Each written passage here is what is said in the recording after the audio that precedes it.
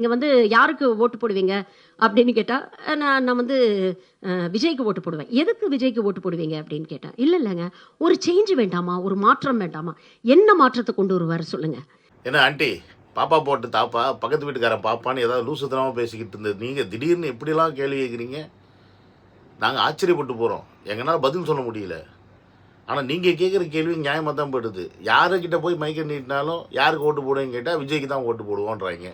ஏன்னு கேட்டால் மாற்றம் வேணுன்றாங்க. கரெக்டு தானே? நீங்கள் கேட்குற கேள்வி கரெக்டு தான். இப்போ தான் ஏதோ கொஞ்சம் அறிவாளித்தனமாக கேட்டிருக்கீங்க. அப்படி என்னையா மாற்றம் வேணும்? இல்லை அப்படி என்ன மாற்றம் வேணும்? உங்களுக்கு கோபம் வர்றது நியாயம்தான். இந்த கோபம் இருக்குது பார்த்தீங்களா, அது சரியான விஷயந்தான். நீங்கள் கேட்குற கேள்வியில் 100% நான் உங்களுக்கு சப்போர்ட் பண்ணுறேன் ஆண்டி. நீங்கள் கேட்குற கேள்விக்கு நான் சப்போர்ட் பண்ணுறேன். ஏன்னா இப்போ இந்த கட்சி ஆரம்பிச்சு விட்டு நான் விஜய்க்கு தான் ஓட்டு போடுவேன், விஜய்க்கு தான் ஓட்டு போடுவேன்னு சொன்னால் அப்படி என்ன மாற்றத்தை மக்கள் எதிர்பார்க்குறாங்க? நீங்கள் கேட்குற கேள்வி நியாயம்தான். ஆனால் விஜய் அவர்கள் வந்தால் என்ன மாற்றம் வரும் அப்படின்றது எனக்கு தெரியாது இப்போதைக்கு. ஆனால் அவர் வர்றதுக்கு முன்னாடியே என்ன மாதிரி மாற்றம்லாம் வந்திருக்குன்னு வேணால் உங்கள் மரமண்டைக்கு புரிகிற மாதிரி இப்போ இந்த வீடியோவில் சொல்கிறேன். நீங்கள் கொஞ்சம் கேட்டுக்கிட்டிங்கன்னா விஜய் அவர்கள் வந்தால் என்ன மாதிரி மாற்றம் வரும்ன்றது உங்களுக்கு கொஞ்சமாவது புரியும். வாங்க உங்கள் மரமண்டைக்கு புரிகிற மாதிரி சொல்கிறேன். நண்பன் ப்ளீஸ் என்னோடய சேனல் யாராவது ஃபஸ்ட் டைம் வரைக்கும் அப்படின்னா சப்ஸ்கிரைப் பண்ணிவிட்டு பெல் பட்டனை ப்ரெஸ் பண்ணுங்கள், ஷேர் பண்ணுங்கள், அப்புறம் கமெண்ட்ஸை போட்டுருங்க மறந்துடாமல்.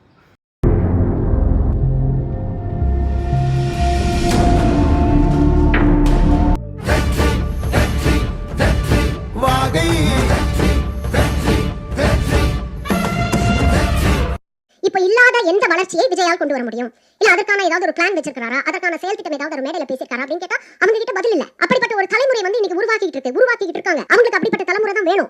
Welcome to Vijay talk and welcome to another video. இப்போ ஷர்மிளா ஆண்டி கேட்குறதும் நியாயமான கேள்வி தானே. தமிழ்நாட்டில் அப்படி என்ன வளர்ச்சி இல்லை? இத்தனை வருஷம் ஆட்சியில் எந்த அளவுக்கு தமிழ்நாடு வளர்ச்சி பாதையில் திமுக கொண்டு போயிருக்கு. ஆனால் நம்ம நன்றியே இல்லாமல் இன்றைக்கி திடீர்னு தளபதி வந்தோடனே அவருக்கு தான் ஓட்டு போடுவோம் அப்படின்னு சொன்னால் எந்த வகையில் நியாயம்? அவர் இது வரைக்கும் என்ன கொள்கைன்னு சொல்லியிருக்காரா? என்ன வந்து நான் செய்ய போகிறேன்னு சொல்லியிருக்காரா? எதுவுமே சொன்னது கிடையாது. ஆனால் நாங்கள் வந்து விஜயர்களுக்கு தான் ஓட்டு போடுவோம்னு சொன்னால் இது எப்படியா நியாயம்? அப்படி என்னையா மாற்றம்?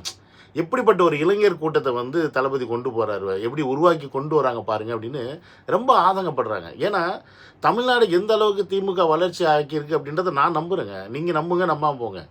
நான் விஜயர்களுக்காக எவ்வளோ பேசியிருக்கேன். பட் இருந்தாலும் திமுக பண்ண சாதனை வந்து நம்ம சொல்லாமல் இருக்கவே முடியாது. ஏன்னா அந்தளவுக்கு அவங்க சாதனை பண்ணியிருக்காங்க. இது நீங்கள் வந்து ஒத்துக்கிட்டாலும் ஒத்துக்கினாலும் அதுதான் உண்மை.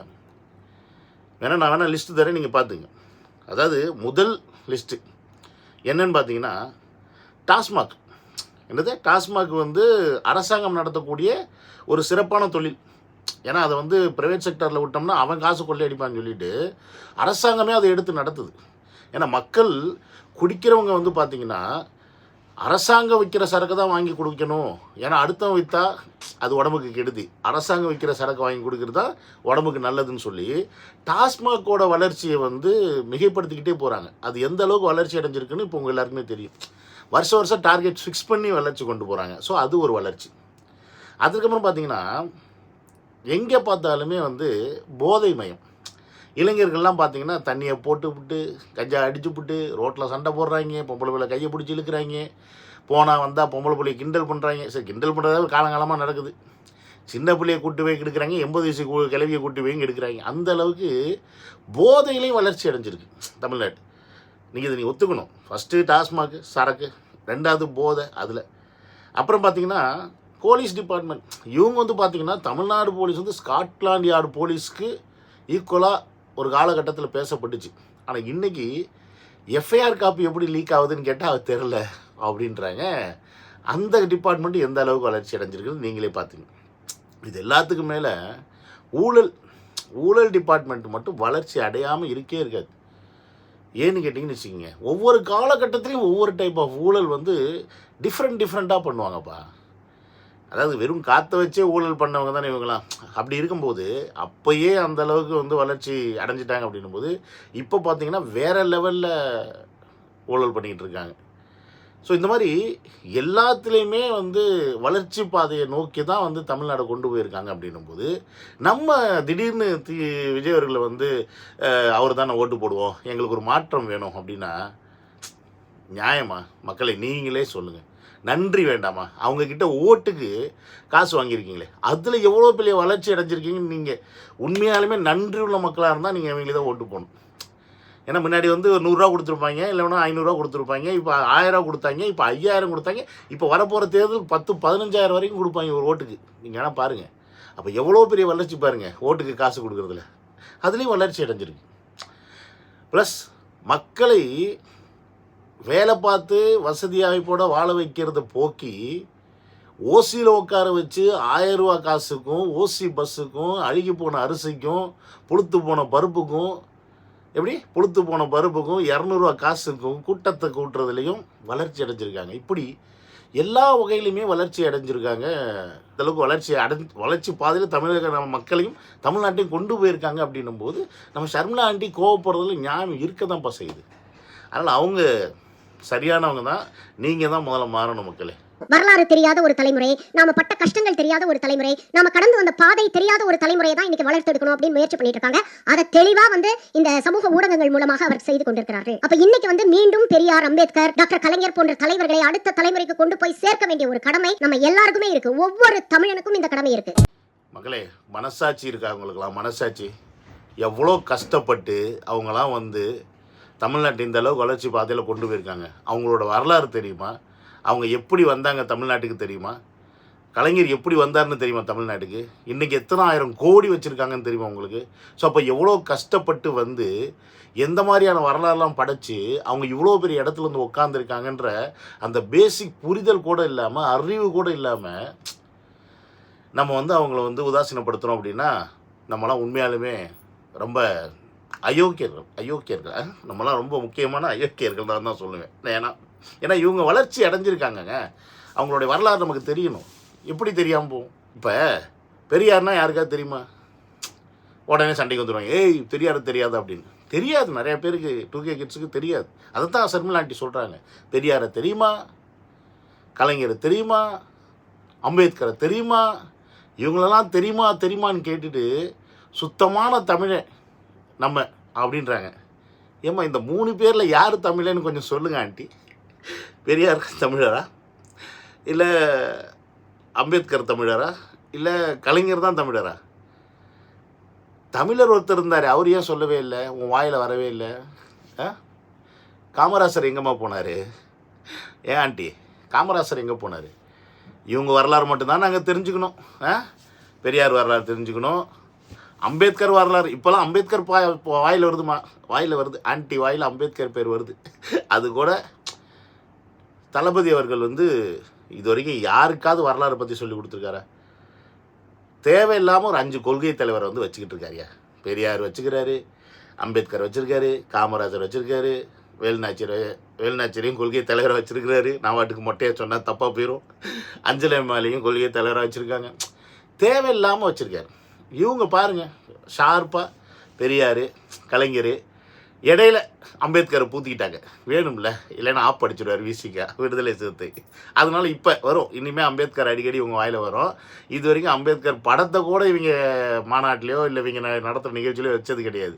ஆனால் ஆன்டி வாயிலிருந்து அம்பேத்கர் பெயர் வருது பாருங்கள். ஆசம் ஆசம் ஆசம் ஆசம், வேற லெவல் ஆண்டி, நீ வேற லெவல். ஆனால் கடைசி வரைக்கும் அந்த காமராசர் பேர் வரலையா ஆண்டி? அவர் பேரை வைக்காமல், அவர் பேரை சொல்லாமல் நம்ம தமிழ் மக்கள் வரலாறை தெரிஞ்சுக்கணும்னு சொல்கிறியே. நான் இவங்க வரலாறுலாம் தெரிஞ்சுப்பேன், நான் என்ன பண்ணுறது ஆண்டி? அப்போ தமிழனோட வரலாறு யார் தெரிஞ்சுக்கிறது? தமிழனோட வரலாறு என்ன அப்படின்றதையும் தளபதி அவர்கள் தான் இன்றைக்கி இருக்க எல்லா யங்ஸ்டருக்கும் 2K கிட்ஸுக்கும் காமிச்சிருக்காரு. அம்பேத்கரை கொள்கை தலைவராக தளபதி வைக்கலை அப்படின்னா இன்றைக்கி அம்பேத்கர் இந்திய தலைவர் அப்படின்றதே தெரியாமையா, இந்திய உலகத்தையே தலைவர்னு சொல்லலாம். அந்த அளவுக்கு ஒரு மனிதரை போய் ஒரு கூண்டுக்குள்ளே வச்சு அடைச்சிருந்தீங்க. சாதிய தலைவராக நீங்களாம் ஆக்கி வச்சுருந்தீங்க. அவரை இன்டர்நேஷ்னல் தலைவராக ஆக்குனது தளபதி. ஸோ இப்படி அவர் என்ன பண்ணிக்கிட்டு இருக்காரு, ஏது பண்ணிக்கிட்டு இருக்காரு யங்ஸ்டர்ஸுக்கு அப்படின்றது எல்லாம் தெரியறனால தான், புரியறனால தான் மக்கள் மாற்றத்தை தேடி போகிறாங்க அப்படின்றது உங்கள் மரமண்டிக்கு கொஞ்சம் ஏறின ஆண்டி. அப்படி ஏறலைன்னு வச்சுங்களேன், நீங்கள் இப்படியே போய் காய்கறி விற்றுக்கிட்டு இருங்க. ஏன்னா நீங்கள் சமையல் மந்திரம் தானே உங்களுக்கு நிறையா தெரியும். அதனால் நீங்கள் காய்கறி இருக்கணும் சமையல் பண்ணுறதுக்கு நான் சொன்னேன். அதை நீங்கள் விற்று பொழைக்கிற வழியை பாருங்கள். அவ்வளோதான், வண்டி இனி ஓடாது, கஷ்டம். அந்த வேலையை போய் பாருங்கள். தமிழக வெற்றி கழகத்தின் தலைவர் திரு விஜய் அண்ணா மீது எனக்கு எந்த ஒரு பர்சனல் விரோதமும் கிடையாது. நான் ஒரு அரசியல்வாதியா தான் அவர் கேள்வி கேட்கிறேன். எதிர்கட்சியில இருக்கிற பெண்களுக்கும் உங்க கட்சியிலிருந்து வெளியே வந்த பெண்களுக்கும் உங்க தொண்டர்கள் ஆசிட் வீசுவேன்னு மிரட்டியிருக்காங்க. இது அந்த பொண்ணோட அம்மா ஒரு சேனலுக்கு கொடுத்த இன்டர்வியூல சொல்லியிருக்காங்க. உங்களுக்கு பாடி கார்ட்ஸ் இருக்கிற மாதிரி அவங்களுக்கு பாடி கார்ட்ஸ் இல்லைங்கன்னா ஒரு கட்சியோட தலைவரா நீங்க இதெல்லாம் ஸ்டாப் பண்ணணும். An efficient politician should focus on people and not on power. இனியும் நண்பன் பீஸ், நமக்கு மாட்டின டம்மி பீஸ் இன்றைக்கி இந்த 2 பேர் தான், வேறு யாரும் சிக்கலை. அதனால தான் என்னமோ வந்து பேசுது, அதுவும் சர்மிளா ஆண்டிலாம் என்னமோ அறிவார்ந்தத்தனமாக பேசுதேன்னு உள்ளே போய் பார்த்தா டோட்டலி அறிவே இல்லை, மொத்தமாக முடிச்சு விட்டுருச்சு. அந்தளவுக்கு பேசிக்கிட்டு இருக்கு. மக்கள் மாற்றத்தை தேடி போகிறாங்க அப்படின்னும் போதே நம்ம சரியாக ஏதோ பண்ணலைன்ற பேசிக் புரிதல் கூட இல்லை அப்படின்றது என்ன கன்றாவிக்குதுங்களாம் படிக்குதுங்கன்னு தெரியல. ஆனால் இதில் 2த்துக்கும் ஒரு ஒற்றுமை. இது 2 இதுங்களே டாக்டர்னு சொல்லிக்கோங்க. ஆனால் 2 பேரும் டாக்டர் கிடையாது. ஒன்று வந்து பார்த்திங்கன்னா டயட்டீஷியன், யார், நம்ம சத்யராஜ் அவருடைய மகள். இது வந்து சமையல் மந்திரம். ஸோ அதனால் வந்து அதை கூட சொல்லிக்கலாம், அப்படி சொல்லாமோ எப்படியோ ஒன்று. ஸோ 2 ஒரே கேட்டகரி தான். ஸோ இந்த பேசிக் புரிதல் இல்லாத இவங்க வந்து நமக்கு பாடம் எடுக்கிறாங்களாம். இவங்க வந்து விஜய் அவர்களுடைய கொள்கை என்னன்னு சொல்லலையா, விஜய் வந்து என்ன பண்ண போகிறான்னு தெரியலையா, விஜய் வந்து என்ன செய்ய போகிறான்னு தெரியலையா. விஜய் வந்தால் என்ன செய்வார் அப்படின்றத ஜஸ்ட்டு ஒரே ஒரு கிளிம்ஸ் வந்து காமிச்சிடுறேன், அவர் எந்த மாதிரியான ஒரு தலைவன் அப்படின்றத. இப்போ நம்ம சர்மிளா ஆண்டி போயிட்டாங்க, ஆனால் சத்யராஜ் ஆண்டி இல்லை, சத்யராஜ் பொண்ணு வந்துட்டாங்க. அவங்க பார்த்தீங்கன்னா அவங்க வந்து விஜய் அண்ணா வந்து எதிர்க்கலைங்க.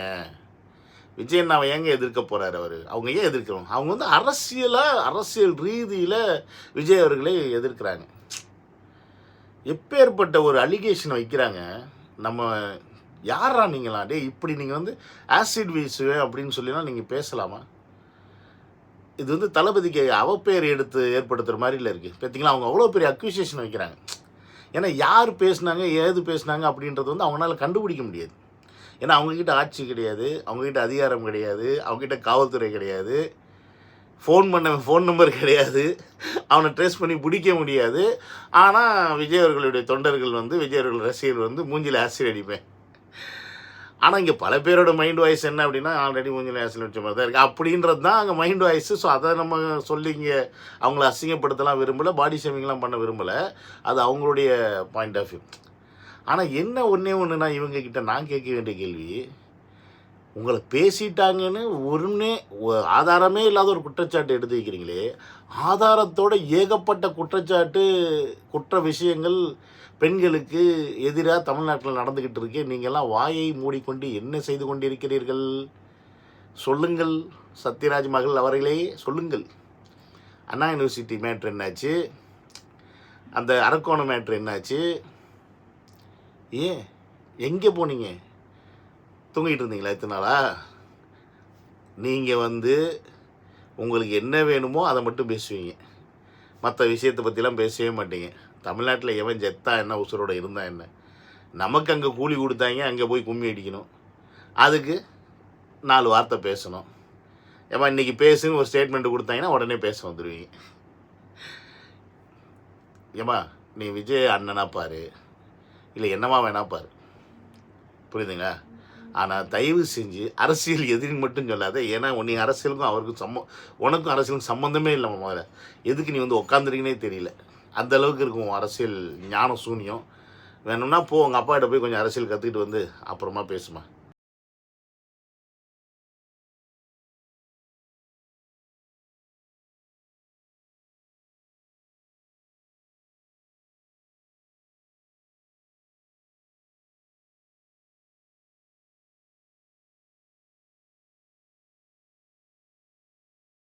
இப்போ நீங்கள் பார்த்துருப்பீங்க, இது நேற்று தளபதி அவர்களை பார்க்க சென்ற ஜாக்டோ அமைப்பினரும் அதற்கப்புறம் பரந்தூரில் இருந்து போன அந்த ஊர் மக்களும் இவங்க தளபதி அவர்கள்ட்ட போய் அவங்களுடைய கோரிக்கை வச்சுருக்காங்க. தளபதி அவர்களும் வந்து 2 பேருக்குமே நாங்கள் உறுதுணையாக இருப்போம், உங்களுக்கு சப்போர்ட்டாக இருப்போம் அப்படின்னு வாக்கு கொடுத்துருக்காரு. ஸோ ஜாக்டோ அமைப்பு அப்படின்றது வந்து இந்த ஆசிரியர்கள் சார்ந்த ஒரு யூனியன், ஓகேங்களா. ஸோ அவருடைய தலைவர் வந்து அவங்களுக்கான கோரிக்கைகளை கிட்டத்தட்ட 8 முறை இந்த 4.5 வருஷ ஆட்சியில் கரண்ட் சிஎம்மை பார்த்து கோரிக்கை வச்சுருக்காங்க. ஆனால் ஒன்றும் நடக்கலை. இனிமேல் எப்போ நடக்கும் அப்படின்றது தெரியல. அப்படின்றது தெரிஞ்சு போய் இனி அங்கே போய் முட்டி டைம் வேஸ்ட் பண்ணுறதை விட நாளைக்கு வந்து சிஎம் ஆக போகிறவர்கிட்ட நம்ம போகிறது பெட்ரு அப்படின்றது தெரிஞ்சு இங்கே வந்துட்டாங்க. ஸோ அவங்களுக்கு எப்படி இது தெரியுதோ இல்லையோ நாளைக்கு தளபதி அவர்கள் சிஎம் ஆக போகிறாருன்னு. பட் எனக்கு நல்லா தெரியுது. ஏன்னு கேட்டிங்கன்னு வச்சுக்கிங்களேன், அவர் உட்காந்துருக்க அந்த ஃப்ளோரை கொஞ்சம் பாருங்கள். கருப்பு சிவப்பு என்னது அவரின் காலுக்கு அடியில் இருக்கிறது. கருப்பு சிவப்பு போட்ட அந்த ஃப்ளோரு, கருப்பு சிவப்பு எதை குறிக்குதுன்னு உங்களுக்கு தெரியும். அந்த ஃப்ளோரு அவருடைய காலுக்கு அடியில் இருக்கிறது அப்படின்றத குறிக்குது.